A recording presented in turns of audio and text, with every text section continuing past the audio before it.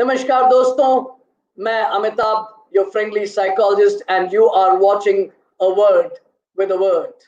And today in this episode, we are going to have a dialogue, a word with a word on mental health and school counseling.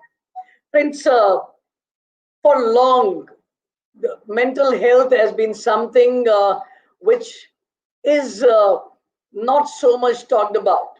It is one of those health areas which is still people prefer to keep the issues under the carpet. It is still an issue that people don't feel very comfortable talking in public, and as a consequence, as a result, small issues in the context of mental health start becoming a bigger problem, a bigger concern, because it does not get a timely address, a timely intervention. There are a lot of small things and the small issues. If they are dealt with in good time, they will not become a mental health concern and they will not become a problem for people. And that is why we have taken this call that we are going to have a word with a word on mental health issues. And when we talk about mental health issues, a very important concern and a thought process that we are governed with is it is better to create resilient children than to deal with a grown up adult problems, because it is there are a lot of issues which are not dealt with at a particular level, at a particular uh, time. If it is not dealt with at a right context in a right way, it can become a bigger issue and a bigger concern as the time passes by. And that is why this role across the globe comes on the shoulder of schools. And that is where children are spending a lot of, beside academic time, a lot of social development time as well. There's a lot of interaction, there is a lot of social context, social interaction taking place, and there is a bundle of experience that is getting generated. So those experiences are affecting the mental well-being. At the same time, the context experience at the home front is something that the child is carrying to the school environment, and which is affecting and influencing and governing the behavior pattern and the mannerisms in which the child is conducting themselves in that social context, in that social environment called the school. And that is where today we have taken a call to discuss that what is it that the school counseling can do when it comes to mental health. And to discuss this, we have two people from different corners of the world to have a word with a word. We have Dr. Kusum Mehta of AMLED School from Dubai, the capital city of United Arab Emirates. And we have Dr. Ranjana Roy, counselor and heading the unit at SGBS, Sushila Birla Girls School in Calcutta. Calcutta is the cultural capital of India, and we have 2 points of views or two contexts, Indian context and Dubai and the UAE context, to understand, is it same everywhere or is it different, and what can we do to take care of mental well-being of children. So without any further delay, allow me to invite my guests for the day today. Connecting straight from Kolkata in India is Ranjana Roy, waiting right now in the virtual studio of the School Times.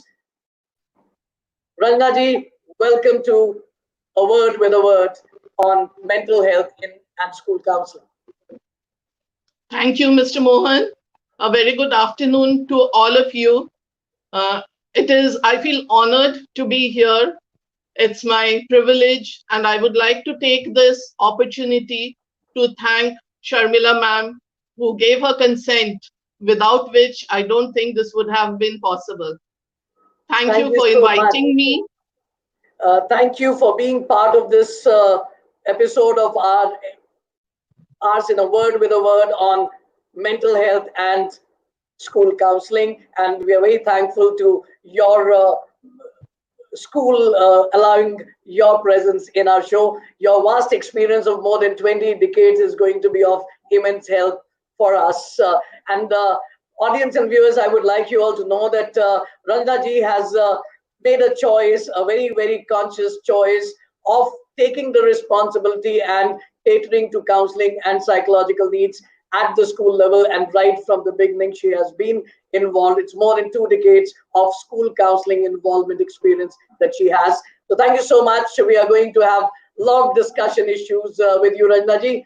Without further delay, allow me to invite our guest connecting with us straight from Dubai, right now waiting in our virtual studio of the School Times, Dr. Kusum Mehta, Head Inclusion from AMLED School in Dubai. Welcome to A Word with a Word, Kusumji.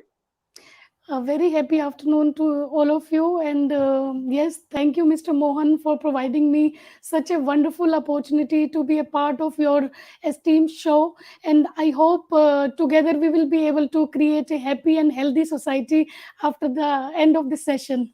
So thank you so much for giving me this opportunity. And I'm really honored to be a part of this program. So thank you so much. Thank you so much for agreeing to be part of our show, this particular episode, Kusumji. And we all are bound by the common intention to create a happy and a healthy society. And let us see that how much a school can cater in this journey, in this endeavor to have a happier society and happier people around us.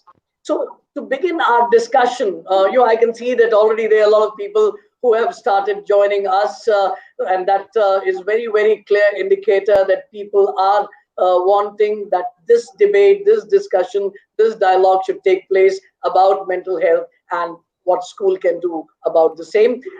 Viewers, thank you for joining us, and I would encourage you feel free to share, feel free to ask at any point of time you feel there's something that needs to be clarified. We will be more than willing to incorporate your submissions and inquiries in our dialogue, in our discussion.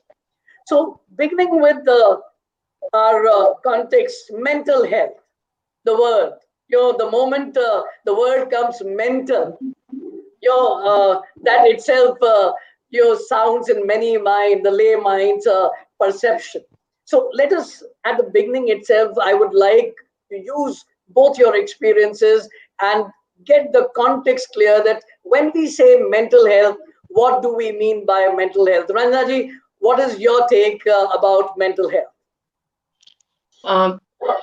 According to me, I would say that mental health is a state of well-being, in which the individual realizes his or her abilities to cope with the normal stresses of life, adapt to change, to work productively, and contribute meaningfully. When we talk about mental health, I would look at three components. One being the emotional well-being, the psychological well-being, and the social well-being. And if we put it in a nutshell, it is, when we can think rationally, act purposefully, and deal effectively with life situations. Mental health, it is like a continuum. We are at any point of time on a continuum with well-being on one side and illness on the other. Mental well-being and illness.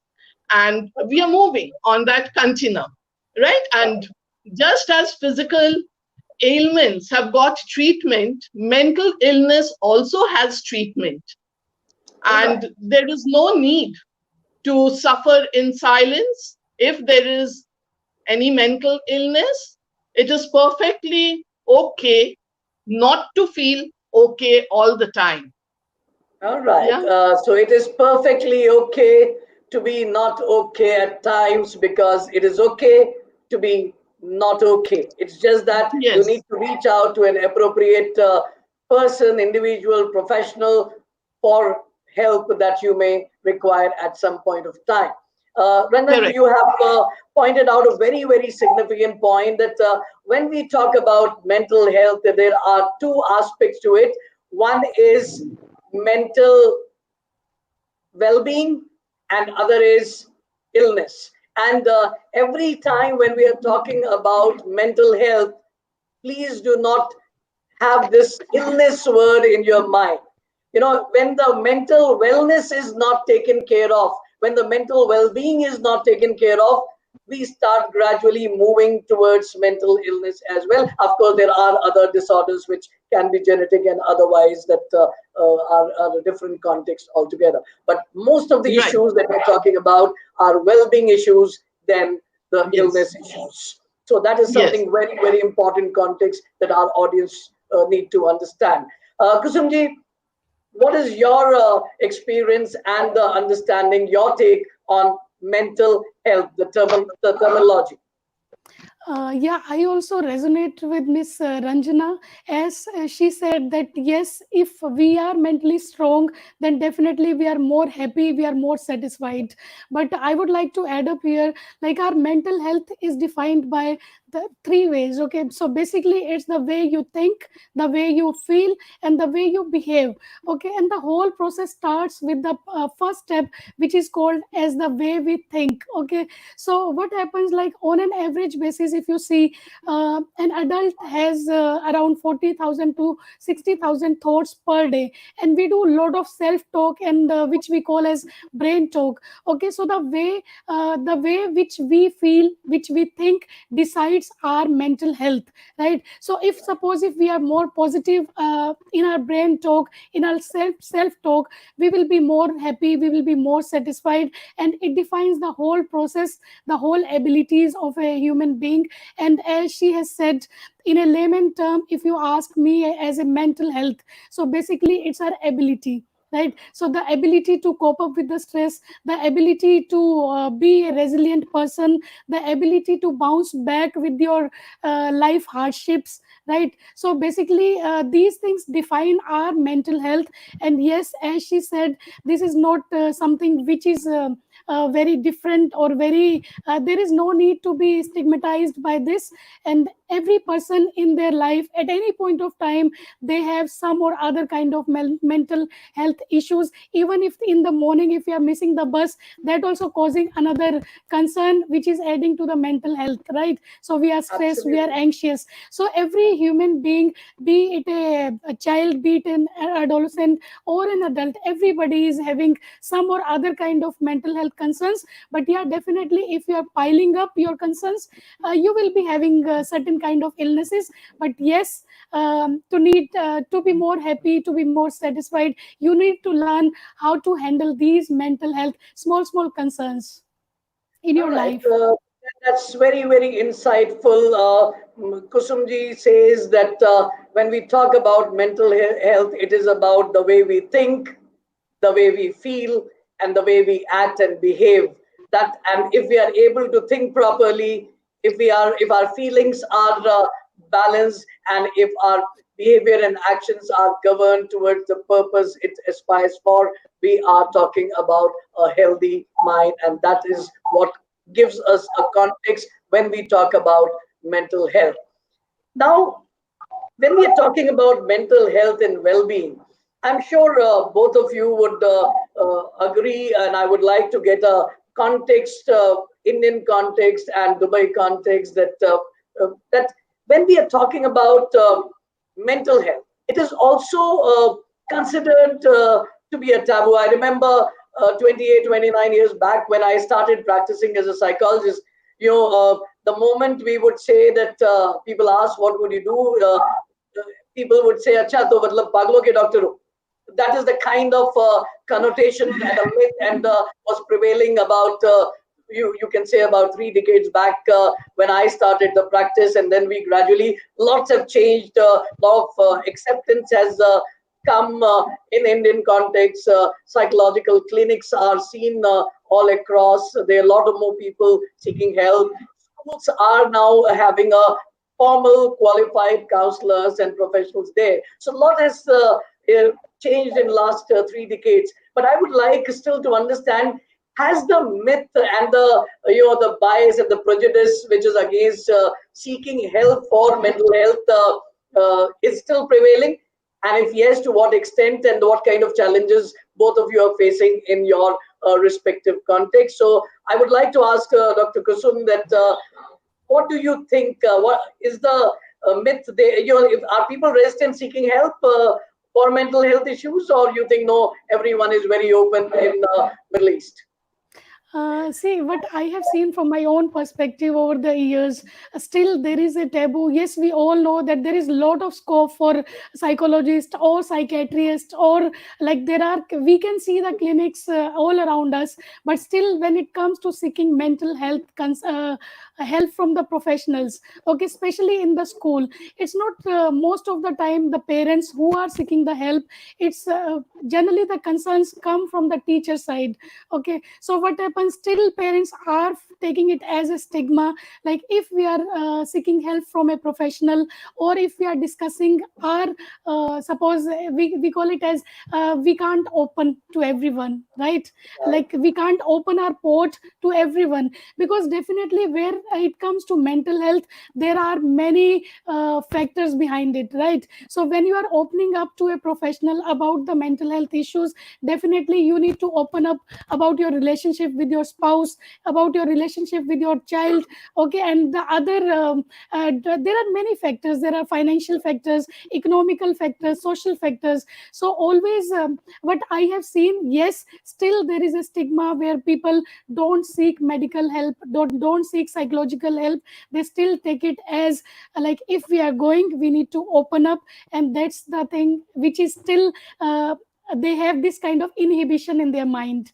But yes, my own focus in my school is to empower the teachers, so that right kind of interventions can reach to the children at the right point of time. All right. So they still the stigma is there. Lot has changed, but then still a long journey to travel. That's what Kusumji feels is the context. She has worked in India, and then for last several years she's working in Dubai in UAE, and that is her perspective. That stigma is still very prevalent, and lots needs to be worked upon still. Ranjana, what is your experience with mental health? That how much has that acceptance for mental health? I mean, how willing are people to seek help, and what is the current state? Uh, I would echo what Kusum ma'am said. There is a stigma even today.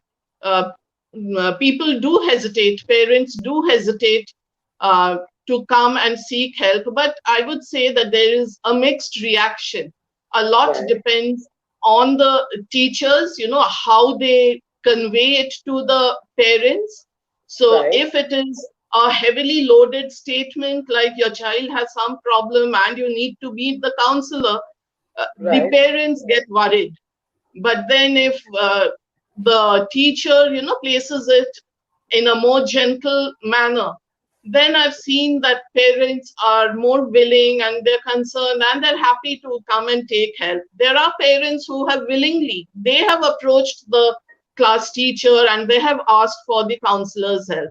But yes, Right. as Kusumji said, that there are inhibitions, there are parents who would buy time and who would say that let us wait for a few more days or weeks and try and see if the problem gets sorted on its own. Right. So So the stigma is still there. yeah, so stigma is still there, and but then do you experience that it is more because of lack of awareness that what a counselor does, or is it if you think once they become aware of the help and the nature of help, you get their stigma, their resistance gets removed, or you think no, it's still it continues? Regarding help, one, I would say there is still a confusion between the work of a special educator and the work of a counselor. Very Right. often, it is the meaning, the role, it is not clear. Right. Secondly, when we come to students, we have seen that students, it is by word of mouth. If a child says, I want to go and talk to ma'am, to the counselor, and another child, passes negative remark as to why, what is wrong Right. with you, Right. the child, she might go to the counselor, but at a Right. different time, without letting her friend know or her group know that she's going to the counselor, that she's seeking help. Awareness, I would say that students nowadays, they are aware of the role, the help that Okay. the counselor provides, Okay. but some inhibition is there which stops them from approaching. What will people say, what will others say? It is these thoughts, these negative beliefs that pulls Right. them back. I Okay. remember when I changed my clientele, this was way back in 97 when I Right. started counseling school children. At Right. that point of time, I had visited almost all the schools of Kolkata with my colleagues and Shubhanna ma'am from Right. Sneha Counseling Center. So at that point of time, we would go and orient the students about counseling, the role, and what to expect. Right. Now, if you go and ask a student, most of them are clear about it. There are exceptions. I wouldn't say that everybody knows 100% what the role is, but majority of them, they are So, aware. so in the context of students' awareness, you think that students know what to expect from a school counselor and where they can get help and the guidance and the mentoring Yes, there, and probably there is a yes. greater need of that awareness in the parents than in the students, so that Children. it can be even more facilitated. Kusumji, Yes. how are things there in Dubai? I mean, in terms of awareness that we are talking about. Yeah, see, as Miss Ranjana said, that there is still misconception about the role of a special educator and a counselor. So, what happens? Like my department name is Student Development Center, and we are entitled to give our services to each and every child enrolled in our school. But still, there Right. is a taboo. The ones who are coming to us, still, parent think, oh my God, the child is going to the special educator, the child is going to the Yes. counselor. Okay, so the misconception is still there. Okay, is my child having some kind of special needs? Is he really different than the other children? So generally this kind of misconception really happens, and especially in the older grades. What happened, like yes, as she said, that the peer make fun. Okay, and Okay. because even the children, they don't come out of the classroom because they feel that the peers will say, why did you go, what kind of help you are seeking, you have some problem, that's why you are going to the counselor. Okay, so the Right. having a problem definitely defines you stepping back for getting the counseling services from the center, definitely. Okay, but still as in Gulf we are more structured. Okay, so every school is entitled to get one counselor, school counselor. Okay, and the career counselor, and plus inclusion, because every normal school is an inclusive school. Okay, Right. so we have structured cell in our school, and definitely things are pretty much better than India, what I feel. All right. That's good to hear that in Gulf, but then in India also the policies are making inclusivity compulsion for all the schools, and all schools. There is a government mandate will have to have, and there are standardizations that have come up.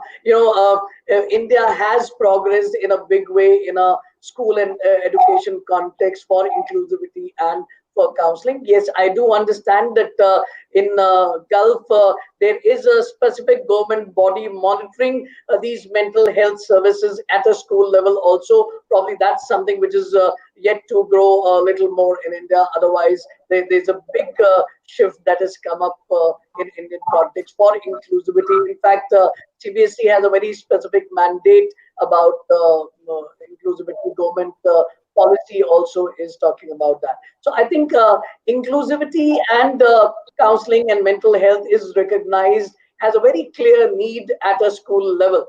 Now, here I would like, when we talk about school counseling and mental health, generally the thought that comes to our mind is children. And but then school has various units and stakeholders, and I think the mental health and well-being of each of the unit is relevant and significant for the mental health and wellness of the other unit. And you know, and that is where I would like to understand from each one of you. I would like to take three contexts and ask each one of you on each context one by one, get a perspective. One is children, other is teachers, and other is parents, right?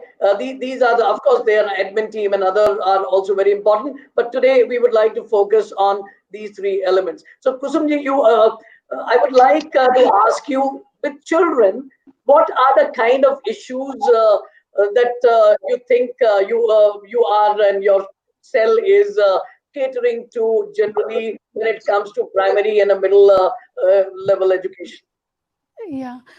See, one thing is there that we need to understand when we say about mental health of the children. So we need to make it very clear, like the mental health is very much important from the foundation itself. When the foundation is strong, you can expect then only the building will be strongest, right? So if we Right, are undertaking if we are taking care of mental health from the childhood itself, definitely children will be more resilient and they will be responsible citizens in the future, right?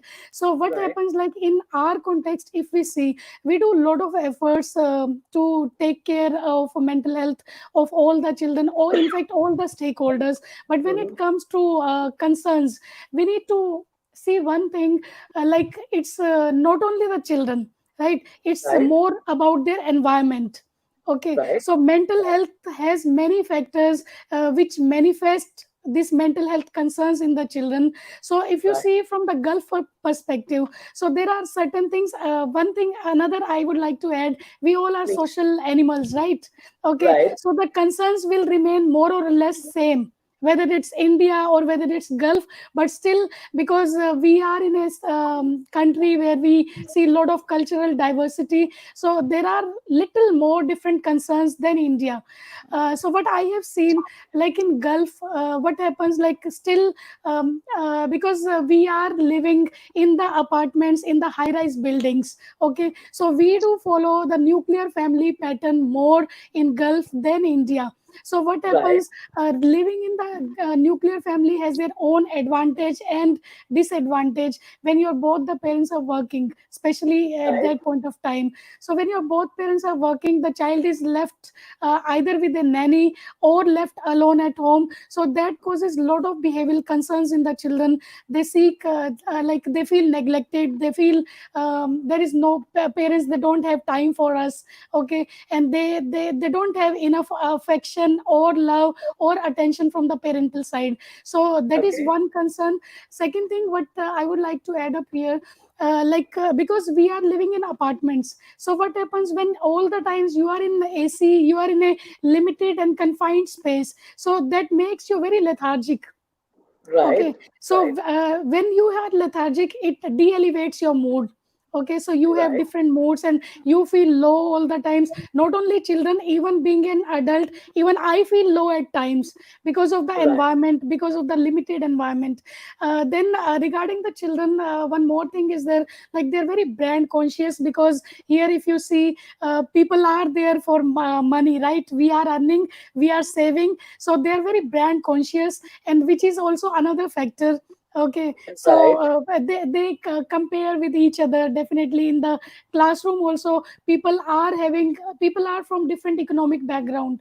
Okay, so right, there is a lot of comparison between the brand and other things. And then another point, what I would like to add up here, because in Dubai, we have very easy access to devices.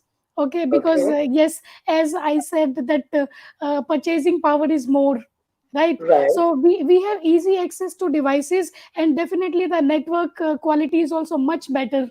Okay, So so the there is an easy access to devices, hence yes, easy access to the vices. yes. So that's pretty much sure. So that also add up a lot of negative consequences in the behavior when your screen time is exceeding more than 10 to 12 hours in the time. All Okay. right, very, Yeah. very well taken point, Dr. Kusum, that environment is one of the major cause, the family environment, the place where we are located, as you are saying, that the purchasing power in the environment where you are catering is the affluence is also bringing issues and the concerns of a different nature and a different kind. Parental relationship and other factors are also affecting the child's context, and all these are the kind of issues that you people in the school counselors, the special educators, they collectively are working together to cater Uh, to these needs. yeah. Can I add one more point here? Please. Okay, since we are in the Gulf and we can see a lot of cultural diversity, and even in my Indian school, we have people with other nationalities from other nationalities. So, Right. what generally happens? Suppose if a child is coming from India, so what I have seen, yes, there are a lot of language barriers. Okay, Okay. even though suppose a child is coming from the south or from the north, okay, so still we can see a lot of language barriers, and which is again leading to the So, adjustment in concerns. a Gulf context, in Dubai in particular, people from different nationalities Yes. being there, and that is also adding to a certain kind of situations arising, including the language barrier, which is there. Interracial integration and acceptance related issues would be coming up. In fact, India may not have multiple people from multiple countries coming staying, but then India itself is good enough. Every state is Yeah. equivalent to a nationality otherwise. So I think a lot of contextual things are on the same. Even multiple language factor, yeah, is Yeah. there in Indian context as well. But yes, it is definitely more in Dubai and in Gulf context. Rangaji, I would like to understand that in the middle and the senior school and in Indian context, that what kind of issues generally you are experiencing that are being catered at a school level? Um, I'll begin from the middle school and I'll begin with academic because when Yeah, children move up to the middle school, they have to cope with more subjects. There are more teachers who come in. The third language gets incorporated.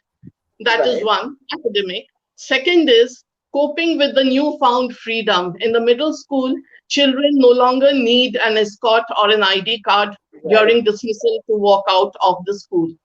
So they're very excited and they try out different things. They show that they are growing up.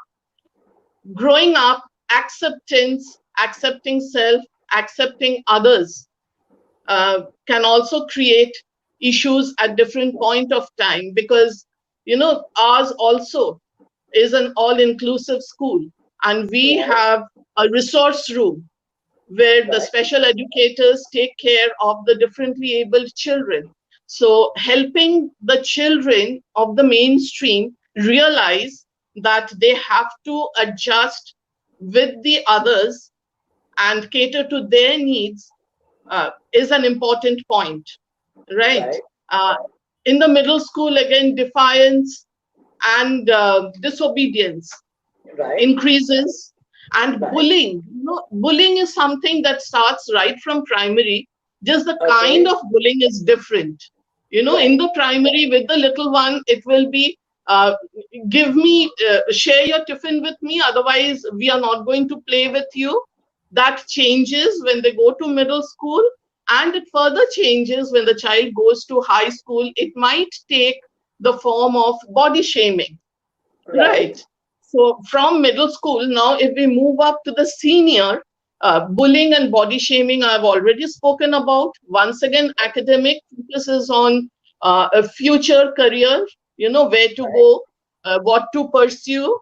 And many times there's that, following friends. Oh, she's going right, to Australia for higher studies. So even I have to go. As right, ma'am said, glamour conscious children right, over here in India also, they are very much glamour conscious.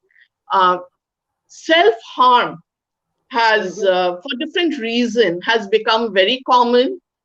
And Okay. self-harm can be of different kinds, Right. pricking self, hurting self, slapping, and of different kinds. Okay. Right. Now, during this stage, the need for affiliation is very Right. strong. So Absolutely. children use social media, Right. right? So they will click pictures, they will use different apps, they will Photoshop, and then they will post it. They Right. want, and they will keep checking how many likes they have got. Now, children at this age Absolutely. are immature. They are growing up, they want to be liked and loved. Now, Absolutely. that becomes a big thing, so if they get likes, fine. If they don't, then that's another problem altogether.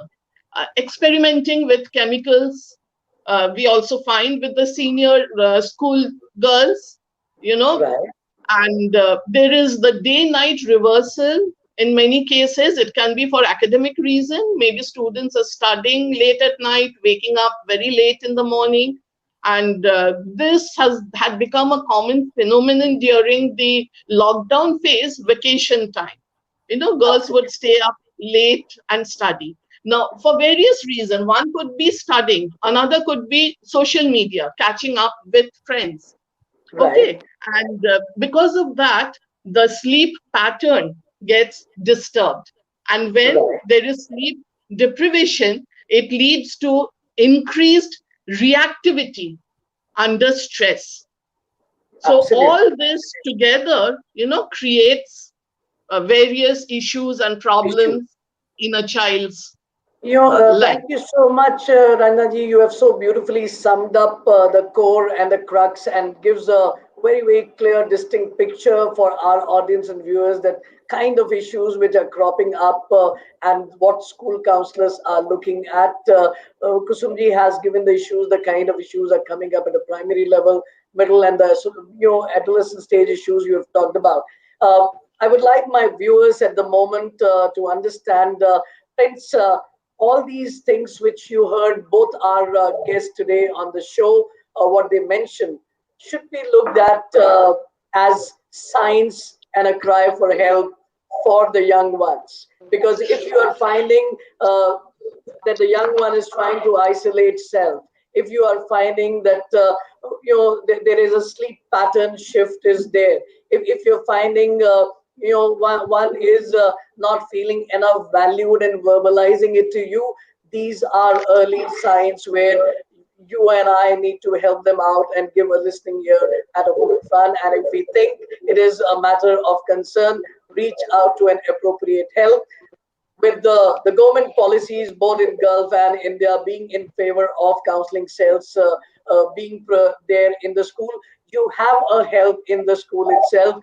To not and that's where because the help is there in the schools, you that stigma factor will also not be there because child is going to the school and the help is available right there in the school. There is a mentor, there is a counselor available, and unless things are beyond the level that school can cater, they are equipped enough to help your child get back that balance in life, which is so very necessary for their happiness and growth in life. So please do not avoid, because you and I together will have to work towards breaking this myth. My experience in the organization, which I started about 28, 29 years back, HLS India, as a practicing psychologist, having counseling cells in different parts of the country and beyond, we have come across exactly the points that Dr. Kusum and Ranjana has talked about. Everywhere the challenges are growing. And friends, there's more than one attempt to suicide. One suicide every day below age 13. And that itself is talking about the concern that mental health has, right? At a young age of 13, child is not even understood what life is all about, but definitely has decided it is not worth living. You can understand the kind of help that they are needing. There are a lot of factors that both the guests have mentioned that parental factor, parental relationship factor, social factor, social media factor, media access factor, comparison factor, societal pressure factor. There's so many things this young mind is dealing with day in and day out, and every individual is different. We didn't know who has got affected when, by what stimuli that they have come across. And that is where it is so very important, friends. It's time, it's high time that all of us have to come together and raise a voice, because there is no point in suffering in silence. Let us raise voice, let us reach out, and let us not be hesitant in seeking help where it is needed. And we are going to take our discussion further. You are watching A Word with a Word. I'm Amitabh Mohan, your friendly psychologist. Our guest, Ranjana Roy from India, from Sushila Birla Girls School in Kolkata. Dr. Kusum Mehta from Dubai, from AMLED School in Dubai, in United Arab Emirates. So taking our discussion further, friends, when we are talking about these concerns, I could see our viewers have a lot of intrigue, and their current context and the perception about the lockdown concerns are coming up. I'll come to the lockdown concerns in few minutes time. I would here like to talk about a very, very pertinent issue. HLS India, we are running a movement, and we say, if we want healthy and emotionally safe classrooms, we have to ensure emotionally safe staff rooms to have emotionally safe classrooms. If the teachers are not emotionally stable, they have their own concerns, they are their mental well-being is affected because of their own personal context in personal and social life, in or beyond school. It is going to have its manifestation while they are interacting and dealing with the young minds. So I would like both your perspective, that A, what are those kind of concerns, and B, is school counseling cell in position to do something about it, and what are you people doing in your school, both for the teachers and for your children and their mental well-being. Ranjana, what is your take in Indian context? Teachers, yes, mental health is one of the biggest factors in the students' academic growth. And if the teacher's mental health is not sound, it can have an effect on the students' mental health, and the teaching learning environment might get affected. The teaching is no longer a 9 to 5 job now. Responsibilities are no longer confined to the classroom. Teachers can no longer distantiate themselves from their students once they go home. So there is lots that the teachers have to do, not just taking classes, but they have to maintain records, prepare lesson plans, look into the admission process, and also take care of all the school events. So teaching is about creating a balance between the teacher's mental health and physical health. And I think when a teacher knows how to support her mental well-being, she will be able to provide a healthy learning environment. In school, we have orientation sessions with the teachers, so that a teacher can be very skilled, very good at teaching. But then if there is a child with a diverse need, a differently abled child, the teacher might be at a loss as to how to handle. And this can give rise to a lot of stress and irritation if the class decorum gets disrupted. So, as you said, the staff room is very important. So the teacher, instead of sharing this in the staff room, if she shares this with the mental health group in school, which comprises of the special educator, the Right. counselor, the concerned teacher, I think the matter can be handled better. To Right. take care of the mental health of teachers. Um, at Sushila Birla, we have staff development program wherein teachers go on picnics, and we have sessions with it on different topics wherein it is all activity based, where teachers enjoy, they have fun, there is learning, there is outing. So yes, a lot of sessions, a lot of workshops are held, orientation sessions are held during initiation. At the Right. end of every academic year, when children Right. move from one class to the other, the Right. mental health professionals, we sit and we talk to the teachers, Okay. because I feel it is much more easier for a teacher to know what she's getting in her class. Right. She is better Right. prepared to Right. handle her class um, in a happier manner, in a Right. better state. Yeah. So, Absolutely. Randaji, it's so insightful to hear about the kind of interventions and the you people, your institution is also working towards equipping teachers with the various teacher development programs and giving them the yes, exposure.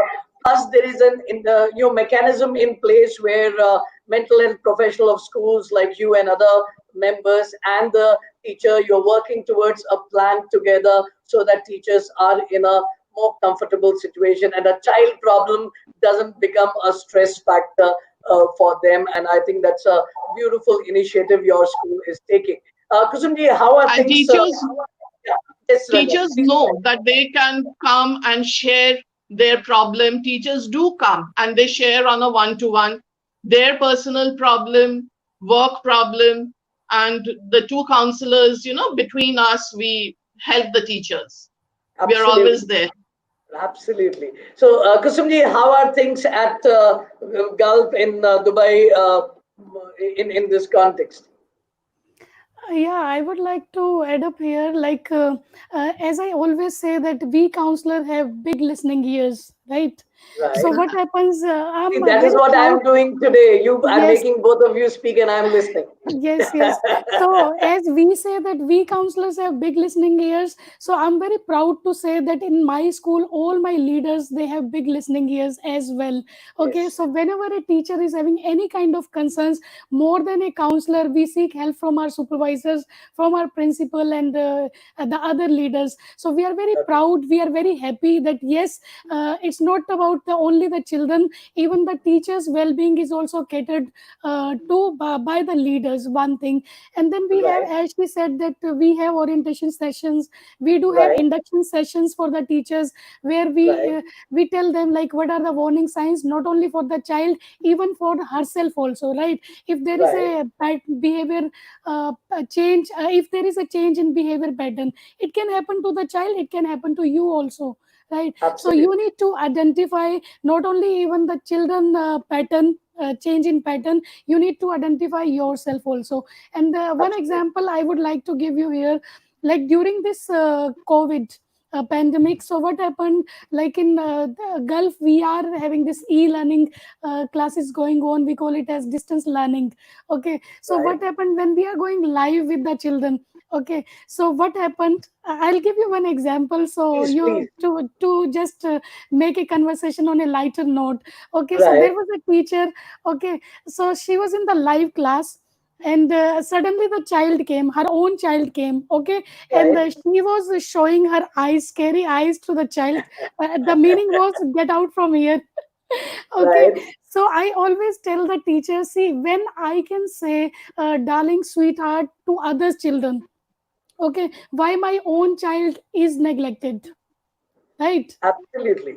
If I am working from home, I'm not sitting in a planet, I'm not sitting in Neptune or Mars where there'll be no disturbance, so we may expect. And yes, your own child is seeking for attention, then why not to give, right? And I would like to quote one more example here. I was in the middle of my live session with with my parents. Okay, and Okay.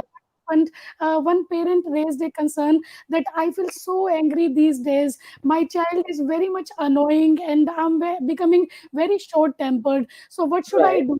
And all of a sudden, what happened? I have my son who is 5 years old. He came to me and he was showing his drawing. Mama, look at this. So what I did, oh wow, you did a great job, thumbs up. Okay. And he just left my room and he just left out. Okay. So when Okay. the lady was asking this question, and all of a sudden, when my son came, and the way I handle, I told that lady, see, you need to identify what children are looking for, right? Right. Absolutely. The child is not annoying you, the child is not disturbing you. Maybe he is asking you for something, right? And you are the only person at home whom he is looking for. He cannot go out to seek, like, I'm hungry, or look at my work, how I did. So it's not about children. Definitely teachers are also struggling these days, balancing between work life and their personal life. So it's more about their well-being also. And we In fact, Kusumji, you have raised a very, very significant point, and you are bringing us to today's context, that which is also a reflection of the context beyond COVID as well, and that is teachers. They are also professionals and they are also humans, and Yes. they have like all of us have challenges. They also have their set of challenges, personal, family oriented, life demands, life situations. And they are not living on an island where there is no pain. They are living with a lot of factors being dealt with at the same time. And right now, as you quite rightly pointed out, if we talk about it, being at, when you are in school, you still are away from the needs and demands of the household for those 6 hours. When you are in the school premises, you are able to focus on the work at hand. But when you are working from home, you, as you gave an example, your own child is there, your own family is there, and living in a lockdown, the whole family is at home. There's so many things, so many demands on every individual, not just women. It is when I say teachers, it is men and women alike. There is so many demands are have come on them, and along with that, ensuring the efficiency of teaching, and they are getting pulled in all direction, and that also is causing a lot of stress. And I think this is the point which brings me to take our discussion to today's context and the lockdown context. And we also have a lot of our viewers who have been raising certain concerns, and they want us to have a word with a word on those areas. And the very first issue that I would like, before I start taking the submissions and the queries of our viewers,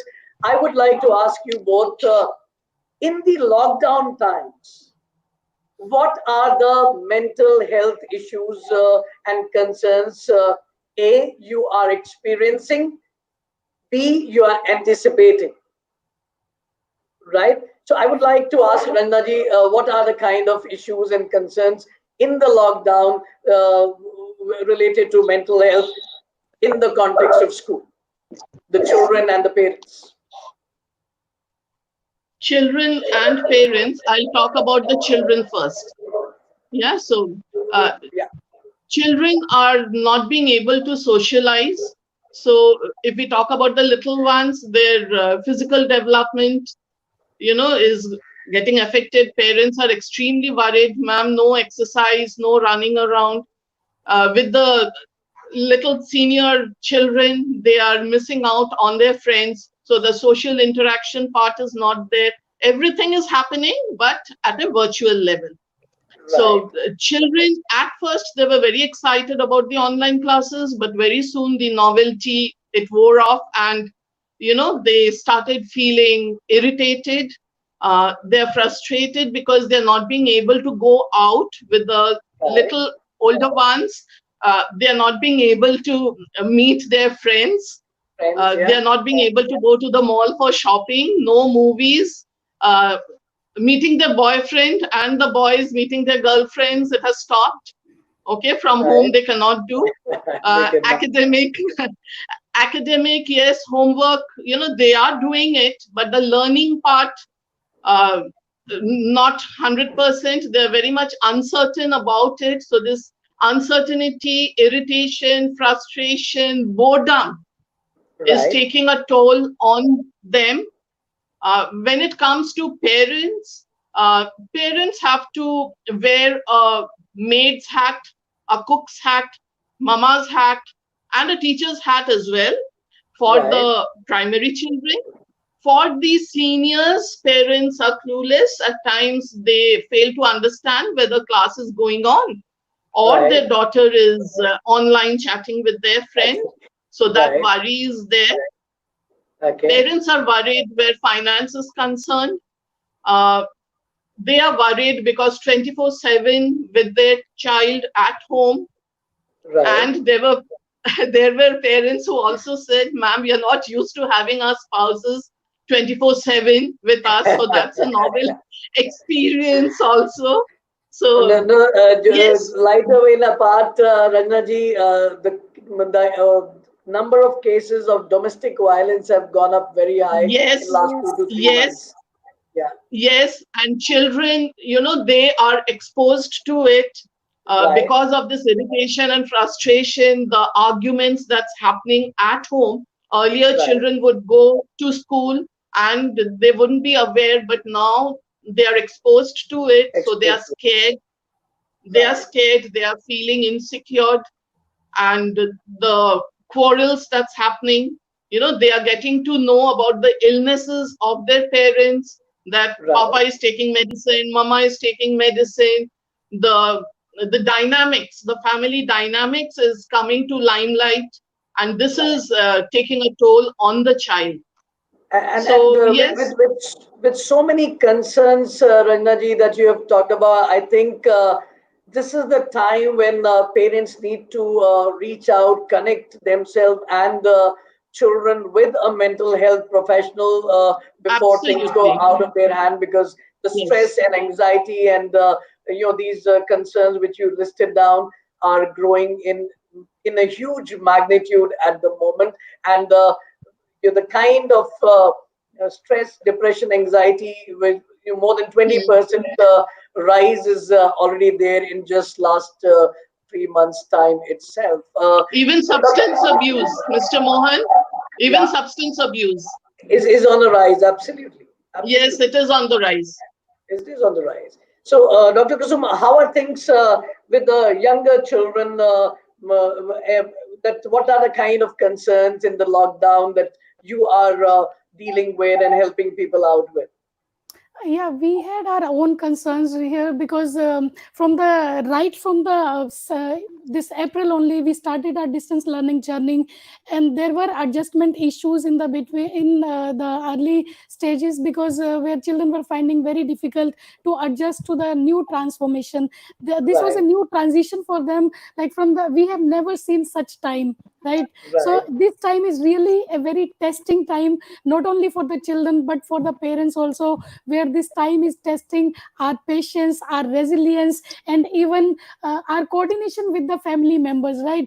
So there right, are many issues, not only with the children but with the parents also.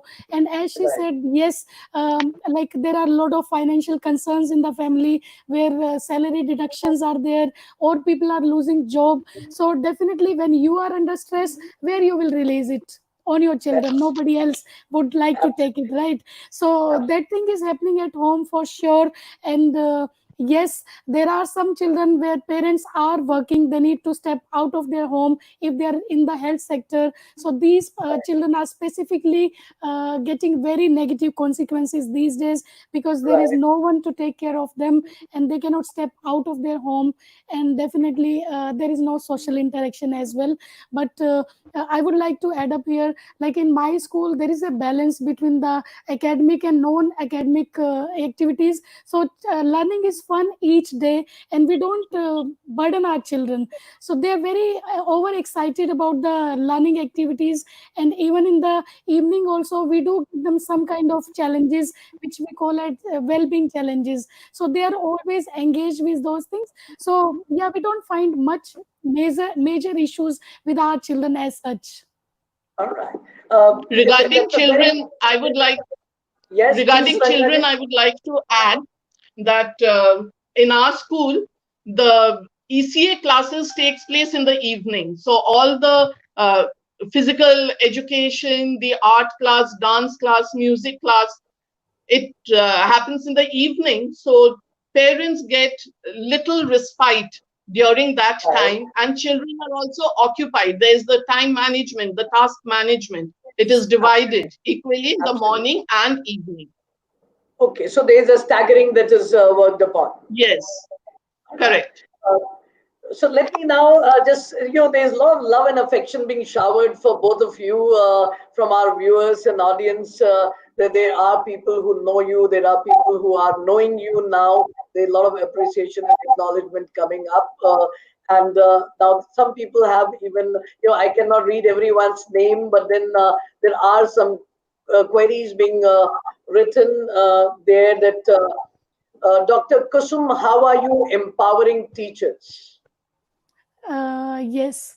So thank you for your query. And yes, as This I is a said, question. Let me read the name of the our viewer who has asked this question is Rishu Medirata Singh. okay, thank you for your query. And from the beginning of the session itself, we start our well-being journey, which we always start with the orientation sessions for the teachers.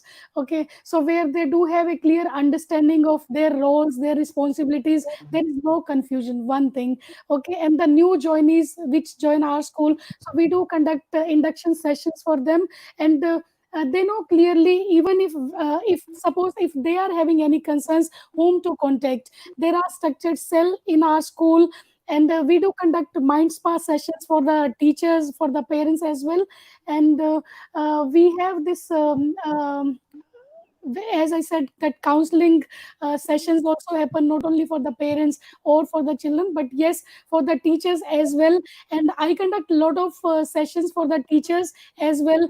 And what I personally believe, if you do something and if somebody is appreciating you, if you are if somebody is valuing you, that is more than enough, right? So it's not about having financial aspect, but yes, how your well-being is catered in your organization, where you are also a valuable member.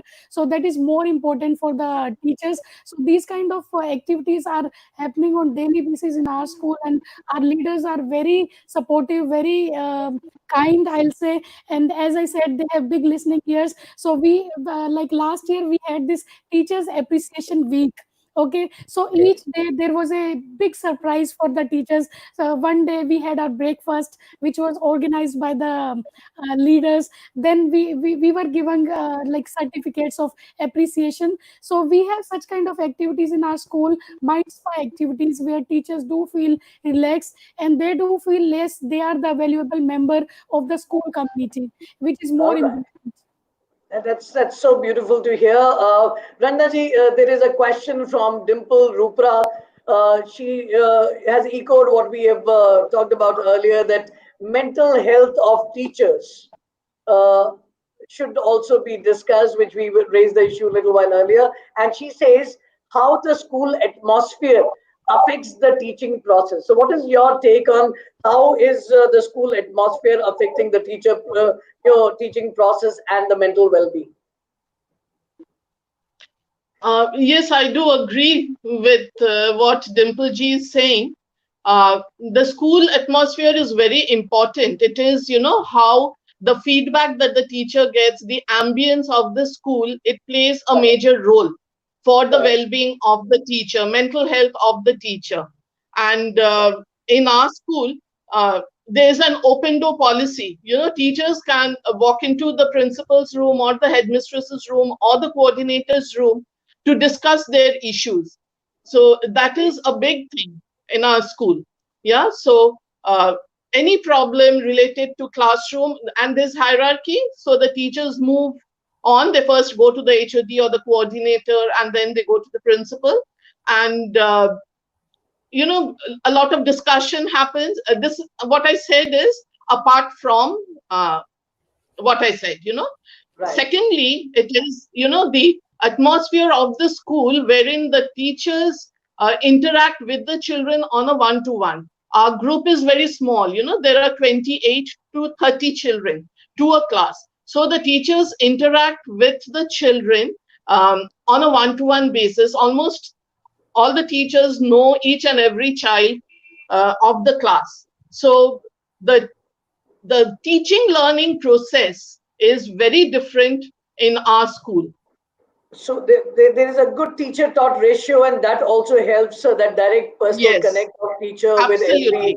child, and that probably caters to the need that the question has been raised, ensuring a better healthy atmosphere. And you very rightly pointed out, I think environment is a very important component for any school, affecting the teaching process as well as the comfort level of a teacher and a student in the that environment. And there are mechanisms which need to be put in place, and as Ranjana Yes, said that in her school there is an open door policy, there is a proper mentoring hierarchy being developed, and if there are concerns, one can feel and reach out and discuss, and that sorts out the dilemmas. Because when you live a life, there will always be issues. Important is to sort them out and reach out to the yes, right person and discuss it, and those issues are taken care of. There is this is a question where I would like you know to both of you to respond. Though the question is addressed by Pooja Sharma to Kusum ji, that Dr. Kusum, how to handle kids when they are frustrated due to boredom during the lockdown. I would, Kusumji, I would like if you can talk in the context of children at a primary level, and Randaji, if you can give suggestions for middle and the senior school, because boredom is a context for each level, and the techniques would be at a different level. So I would like to request Kusumji to share and respond to this query that Pooja Sharma has asked. Okay, thank you, Pooja, for your query. See, one thing we need to understand, if we go from the primary perspective, okay, and yes, children are bored and they don't know what to do, right? They don't know what is right and what is wrong and how to engage themselves productively. So, being an adult at home, it's your prime responsibility to engage the children in the activities, basically. So, you need to find out what are the what are your child interests, right? You cannot force the children to do certain kind of activities which he or she is not motivated or interested in. And secondly, suppose if you are introducing one activity to the child, don't expect that from the day one the child will be happy to do that, right? You need to be with the child. You need to do is you need to introduce certain kind of activities which he or she is interested in, and then you need to motivate your child to do the regular practice. It can be anything, it can be even yoga can be done now. Because since we are under the lockdown, so if you practice yoga and meditation on regular basis, there should be a consistency. Okay, it cannot happen like you are doing one thing today and the another thing tomorrow and you are expecting the results on the third day. It cannot happen. So there should be consistency whatever you do, whether you do yoga, whether do you do meditation, whether you do dance at home. Okay, so whatever you do, there should be consistency, and it should be, yes, thoroughly enjoyed by the child if they are interested in. And you need to be the counterpart in the activities. Very, very important suggestion that you need to, as parents, to plan activities to keep the child engaged, and in the activity, not what you like, but what child likes. Child Child is like, yes. ready to own that, and you also need to be consistent about it, because today you try one and another day you try another. Before child becomes comfortable with an idea, you are already experimenting with other. So consistency is required. Ranjana, before I ask you to share your point of view on that, I'll read one more connected question to it, what Pooja Sharma has asked. Shuchi Sharad Jain has also raised a related question in a lockdown context. Pooja Sharma's question was that how they can, the frustration due to boredom during the lockdown, how that can be handled. And Shuchi Sharad Jain has asked a similar question, but with a little added context. Kids are not only frustrated, but their behavior is also changing during the lockdown. Kindly guide us how to handle them. Ranjana ji. First of all, I would like to say that boredom, unstructured time creates boredom, and it causes spikes in anxiety and depression. So if the child and the family together, if you are following a routine, a predictable routine, then the child knows what to do, when to do what activity. So that takes care of the boredom part. And behavior is changing, yes, because they're getting bored. Behavior, I would like to say, is it for the better or for the worse? Because many parents, they were so surprised and they said, ma'am, I couldn't believe that my daughter would rise to the occasion and help me in the house like this. Now she has suddenly matured and she's taking care, she's helping me in the household chores. On the other hand, there were parents who said, ma'am, there is so Hello. much of lethargy that has set in. Right. She wakes up late and there is nothing she does, and I'm worried. So I will come back to what I started with. Right. Unstructured time gives rise to boredom and this kind of behavior. Have a routine. Routine should be flexible, something that is doable, something that is consistent. It should Right. not be only for the child, it should be for the parents also, because we are all going through the same phase, Absolutely. right? Absolutely. And Ranjana, you have beautifully pointed out that if there is no structured activity, and we all have been hearing the old saying that empty mind is devil's workshop. All this behavioral change and all this boredom is a resultant of that. There's too much time and too little to do, and the child doesn't know what is the next thing to take up. And as a psychologist, I would like to add my bit to what both our guests on the show just now said. Friends, if ever we needed to be planned, it is these days. Because when the lockdown was not there, even if we were not planned, there was an automation there was a scheduling which was existing. Morning, I have to get up because child has to get up because he has to go to the school. One has to reach at 8 o'clock. So you have to leave and get in the bus by 7 o'clock. For that, one has to get up by 6:30, freshen up, get ready, do the breakfast, and move on. And then by the time one reaches school, 8 to 2, the schedule is already decided. One doesn't have to apply mind. And then after that, there is an assignment. There is a evening, friend circle interaction or a game. There is a schedule which was there, even if it was not consciously planned. And the moment this lockdown has taken place, the problem that has taken place is, even if we go by the habits which were there earlier, we get up, we go and freshen up, we brush our teeth, we take a shower, and we take our breakfast. Now what next? And when the child does not know what to do, why child, you and me, when we don't know Yes. what is the next thing to do, there will be boredom, there will be irritation, there will be frustration. And that is what Ranjana ji was also pointing out, that have a structured plan for your children. And when I'm talking about structured, parents, please, please, please don't get over possessive about academics all the time, right? Yeah. We're talking about structured schedule for your children. We are not talking about padhai and academics all the time. Yeah. Even if the child is helping you in kitchen, schedule it, right? Even if a child is helping you clean the room, schedule it so that a child knows what to do when, and then your problems will get minimized. Ranjana, you wanted to add something to this? Yes, yes. Kusumji mentioned about meditation. I would like to say mindfulness meditation is very helpful for children. Right, Even parents can do it. So incorporate mindfulness meditation in your routine. Go to Google and type mindfulness meditation for kids, and right, you will get a whole lot of it. Yeah. Begin with the right. basics and then move on.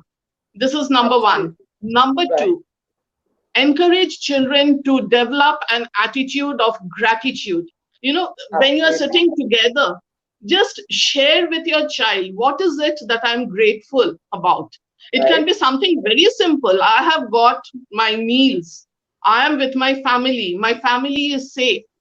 right, Um, it can be something very basic. So if we have that, if we can develop that attitude of gratitude in us, then right, negativity and habit of gratitude cannot coexist. So right, encourage children to be positive. Discuss positive things with the children. Now with right, this COVID pandemic, we are all the time, updating ourselves. And, parents have said, ma'am, my child is feeling so unsafe. She's so worried. So right, I asked, children are safest when they are with their parents. So right, what is it that you are doing for which your child is feeling unsafe? And then I probed. I right, asked them, do you share information of COVID with your child? To which the right, parent agreed. They said, yes, ma'am. So a request to the parents, please right, restrict your time. Yes, you have to keep yourself updated. We should know, we should have the necessary information. We have to follow the basics to take care of right, ourselves. right. But let us not overdo it. Let us not talk in front of children things that they cannot understand, they cannot accept. We have to Absolutely. be a little careful. Parents, we should not transfer our anxieties to our Anxiety. children by Children. discussing them in front of them or with them. Let us, keep things happy in the environment. That is going to take a lot of stress away from them. We have Indrani Guhaji writing here that the pandemic has robbed us of a lot of things pertaining to school. Uh, and when they are back, they will realize social aspect is missing from school. No more celebrations, no more hugs or high fives. It has robbed us of the right to grieve for lost members also. What socio emotional assistance can we be prepared to give our kids in school? It's a beautiful query that very soon we are talking about lockdown getting over, kids coming back to the school, but then for quite long time things are not going to be same as before. The new normal will have its own rules and definition. As Indrani ji has quite rightly pointed out, no hugs, no high fives. A lot of social distancing is going to be insisted upon.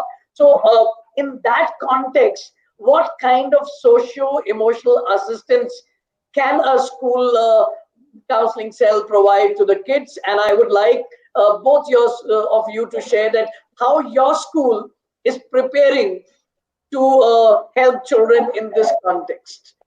Starting with Kusumji. Yeah, thank you, Miss Indrani, for your query. And as I already said, that this is a time where this is the time which we have never seen before, right? Right, Okay, so the challenges will be definitely different when children will be resuming back to school. But yes, as we say that we will be counseling. Okay, so in the counseling, basically it's more of coping strategies, coping with the stress, coping with the trauma. Okay, and so yes, coping strategies need to be intervened when the children will be resuming back to the school.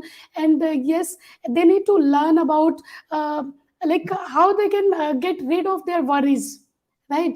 So children, they don't know, like recently I conducted a workshop for the students virtually itself, like how they can manage their anger, right? So what happens, like they don't know how to manage their anger, but when you give small small tips to them, they do understand. You need not to define like stress in a way where they don't understand. When you say stress is as normal as a state of being happy, they do understand it. And as Miss Ranjana said, it's okay not to be okay sometimes.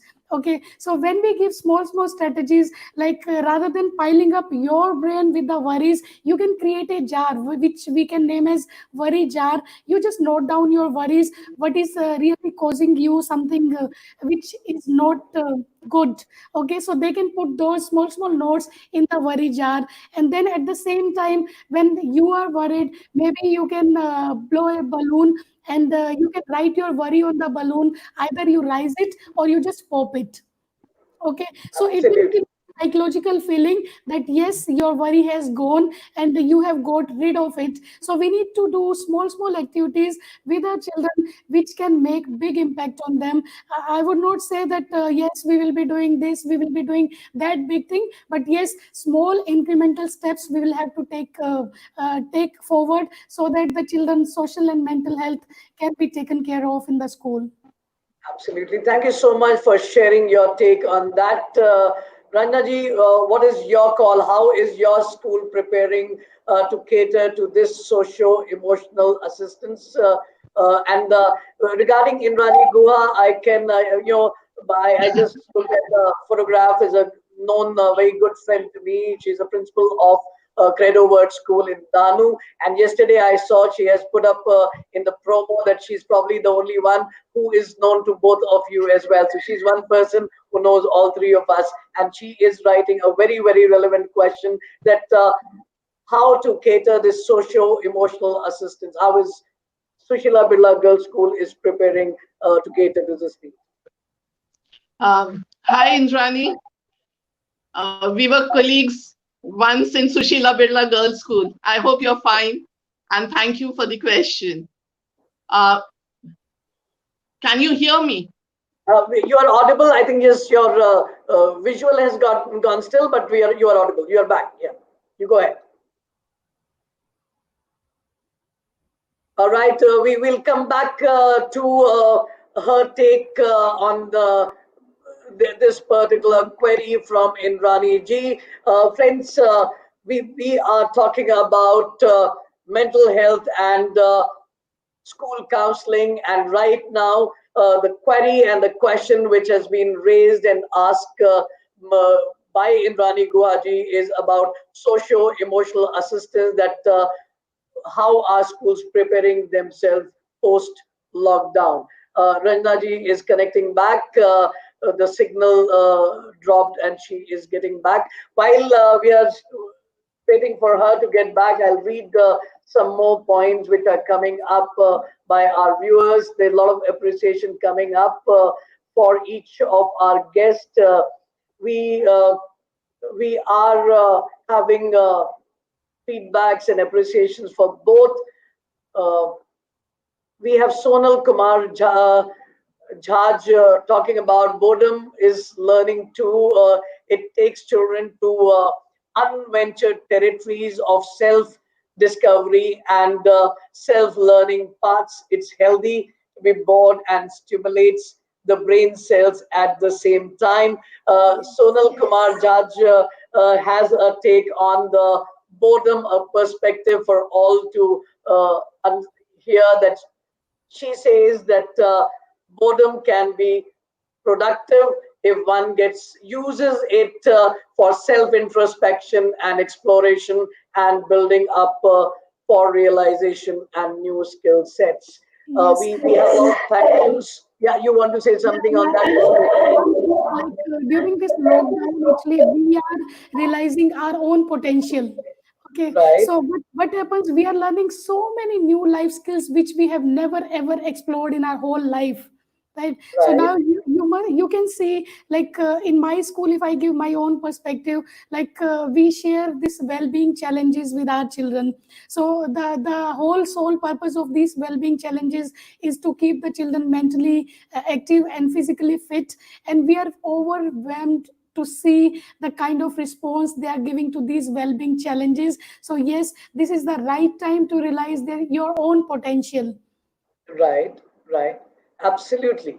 Kusumji, there is someone here, Shubhajit Roy, one of our viewers, who says that do you all foresee any possible mental issues between friends after schools reopen due to newly medically endorsed untouchability? I really liked the terminology that Shubhajit has used, that do you all foresee any possible mental issue between friends after school reopens due to newly medically endorsed untouchability in the name of social distance? Tiffin sharing, holding hands, etc. are to be avoided.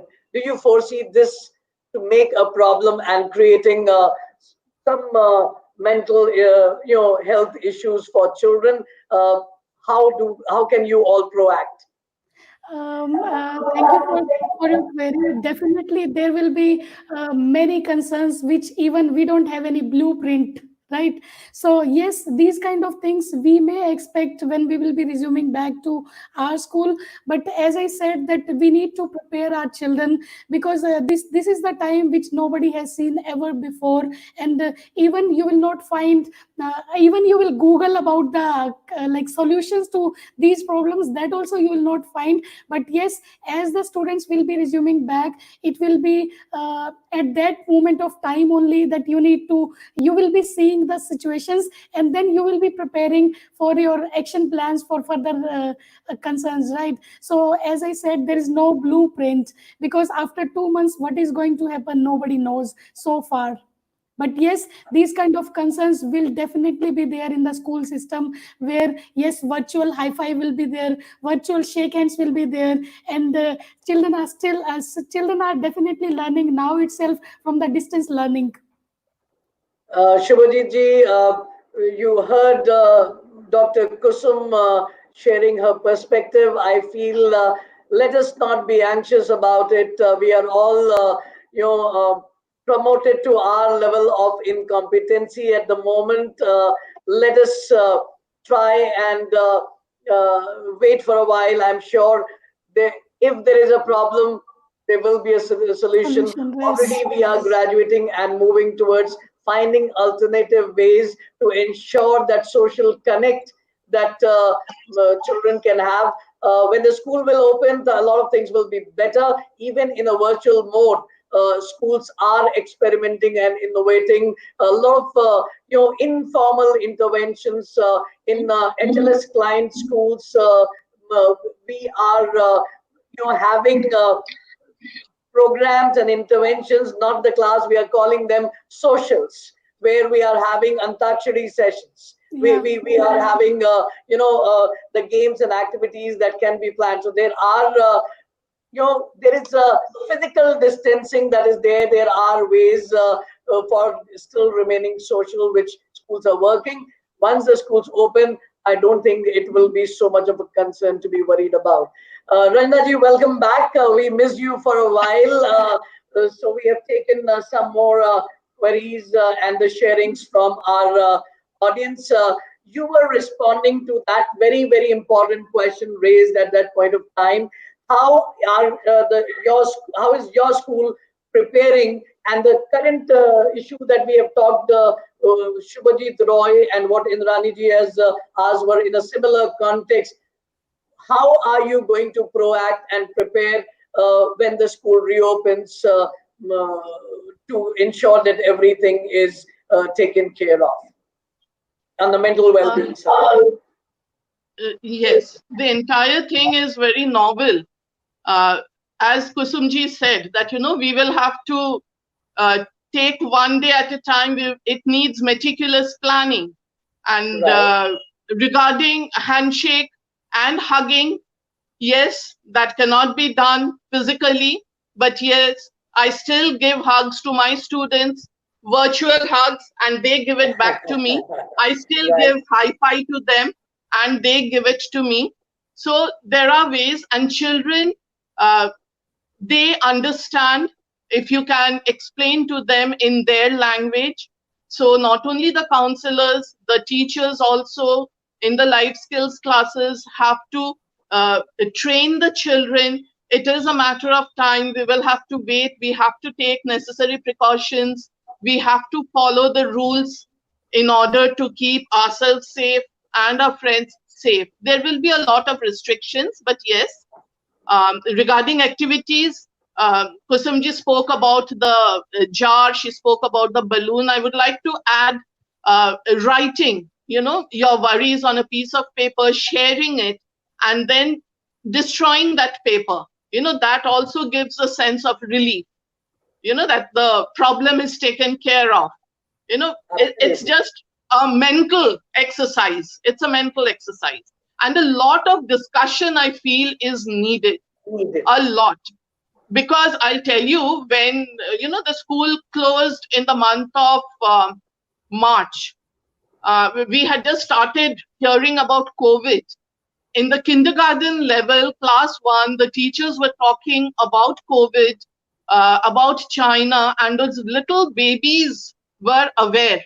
They would discuss Right. like grown-ups as to what was Right. happening. So I'm sure now, once we get back to school and we have regular sessions, the teachers sensitize them, the counselors at their level, every stakeholder at their own level. If we Right. train the students, they will pick it up, they will follow.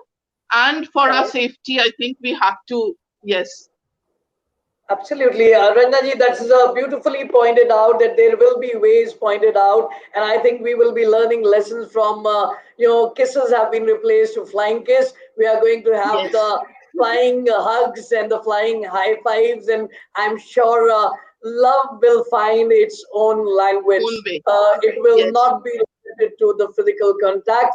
Don't worry about that. There will be ways and means because love and the intention find its own way from heart straight to another, and it will find its own language. There is so much to talk about, and I must say that I certainly realize that we have been talking for last 1.5 hours already. So it's been a long time that we've been talking. So we'll not be able to take more queries. Uh, but then there are a lot of good comments which I would both like both of you all to see. Even I would read one, Saswati Roy. When we were in school, our teachers used to say before vacation that help your mother as a holiday homework. With today's time, we can say that we are built strong by doing so. Such needful things, and the lockdown has made a lot of youngsters get into that mold there. So there's a lot of things to talk about. I really appreciate the candid sharing by both of you, but I would like to have one final word from each one of you before we call it a day for this episode. Kusumji, we have viewers, parents, teachers, students, everyone watching this, and educational leaders, and even the masses on different platform where it is being projected. So, what would be your message to everyone on mental health and school counseling? Okay, so see, one thing is there, as I said in the beginning of my talk, that we need to be very positive. The kind of talk we are having with our brain, it should be very positive. If the brain talk is positive, if you are positive about yourself, definitely your mental health will be much better.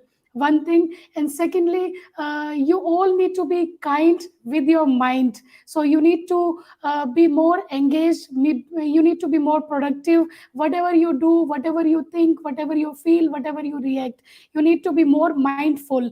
And for parents, I would like to say that you own to your children. Nobody else in the whole world will come to your home to give love and affection to your child.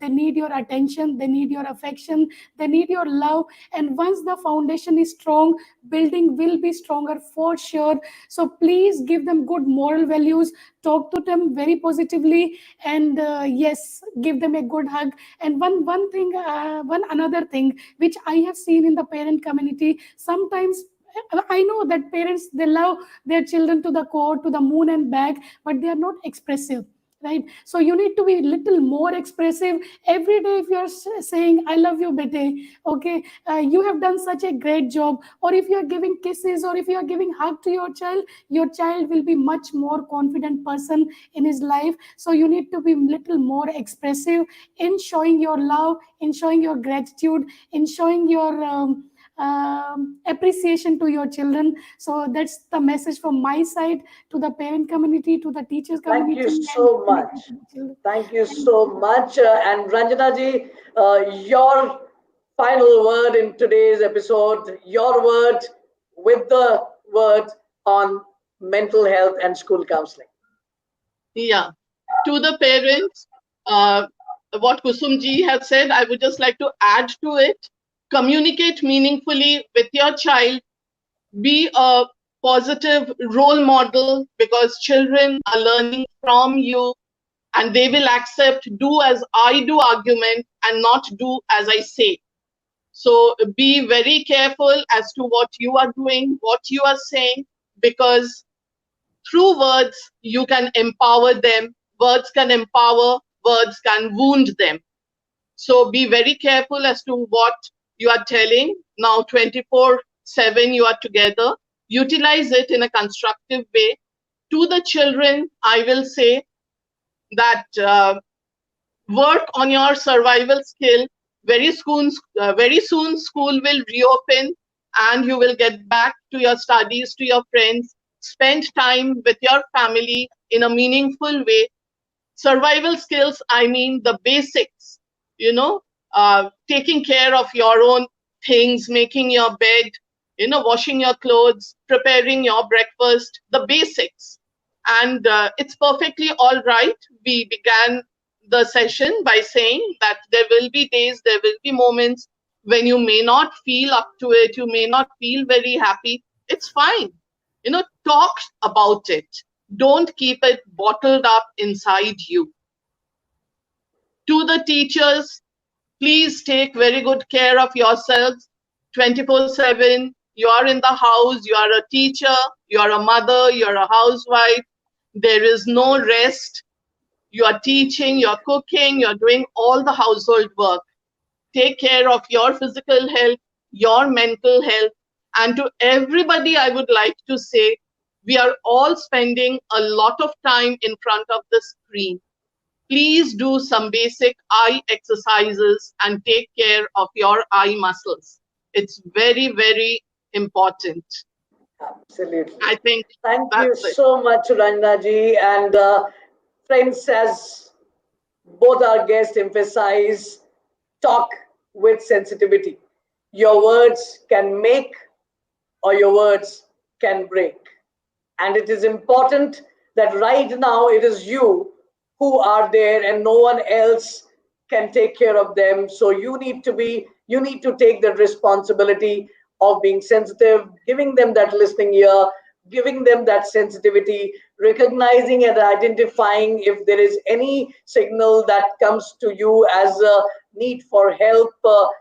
Do not hesitate in seeking help wherever it is needed, because it is better that we prevent things rather than looking and reaching out for the cure. Unfortunately, we keep on ignoring things while we can still prevent, and ultimately we are left with no choice but to look for cure. And let me tell you, friends, prevention is much easier than the cure. And that is where our focus should be on prevention than on cure. So I would like to thank Dr. Kusum and Ranjana ji for connecting with us. Dr. Kusum Mehta from AMLED School, Dubai, United States of Emirates, United Arab Emirates, and Ranjana Roy from Sushila Birla Girls School, Kolkata, India. Thank you so much for being kind enough to feature in this episode on mental health and school counseling. Thank you so much. Thank you so much for the opportunity. The word, and we were having a word on mental health and school counseling. You were listening to our both the guests and the resource, and it was so amazing to understand the sensitivity with which they are working in their respective institution, reaching out and helping at every stakeholder in the possible ways that they can. They are, and if they are there in the school taking care of this mental health and well-being, definitely there is a vision that their school management has to cater to the mental need and the well-being.